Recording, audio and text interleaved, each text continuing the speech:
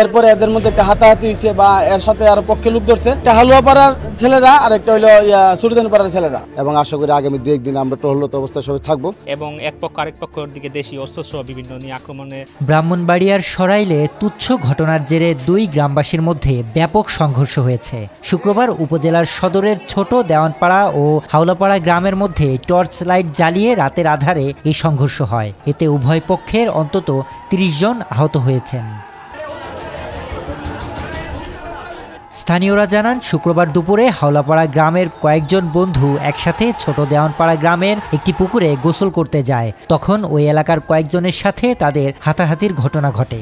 এই লাফালাফি করিস না বললে একটা চোর দিছে, হয়তো বা এই চোরটা জুড়ে হয়েছে বা আসতে হয়েছে, যে কোনো একটা ঘটনা ঘটছে। এরপরে এদের মধ্যে একটা হাতাহাতি হয়েছে বা এর সাথে আরো পক্ষে লোক ধরছে, আবার সুরদানপাড়ার পক্ষে লোকজন ধরছে। ধরে সেটা হয়তো এটা একটা হালুয়াপাড়ার ছেলেরা আর একটা হইলো সুরদানপাড়ার ছেলেরা। এর মধ্যে আদার্স কিছু লোকজন হয়তো এলাকার 2 পক্ষের যোগ হয়েছে, এটা একটু হাতাহাতি হয়েছে। এ সময় দুপক্ষ রাতের আধারে টর্চ লাইট জ্বালিয়ে একে অপরের উপর হামলা চালায়। সংঘর্ষের সময় ধাওয়া পাল্টা ধাওয়া আর ইট পাটকেল নিক্ষেপে রণক্ষেত্রে পরিণত হয় পুরো এলাকা।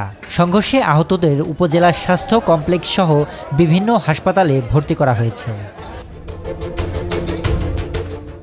সরাইল সদর ইউপি চেয়ারম্যান জানান, প্রশাসনের সহায়তায় পরিস্থিতি স্বাভাবিক হয়েছে। নতুন করে সংঘাত থামাতে তিনি এলাকায় টহল জোরদার করবেন এবং এর সমাধানের চেষ্টা করবেন। আমি আবার ধন্যবাদ জানাই আমাদের পুলিশ প্রশাসনকে, আমাদের ইউনূস স্যারকে, ওনাদের সার্বিক সহযোগিতা আমরা নিয়ন্ত্রণ আনতে পারছি।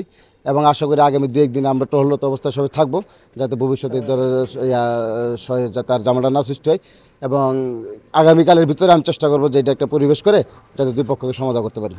সংঘাত প্রসঙ্গে সরাইল উপজেলা নির্বাহী কর্মকর্তা মুশাররফ হোসেন বলেন, খবর পেয়ে ঘটনাস্থলে পৌঁছে ঘণ্টাব্যাপী চেষ্টা চালিয়ে আইনশৃঙ্খলা বাহিনী সংঘর্ষ নিয়ন্ত্রণে আনেন। ঘটনাস্থলে বেশ কয়েকজনকে আটক করা হয়েছে, যাদের বিরুদ্ধে আইনগত ব্যবস্থা চলমান রয়েছে।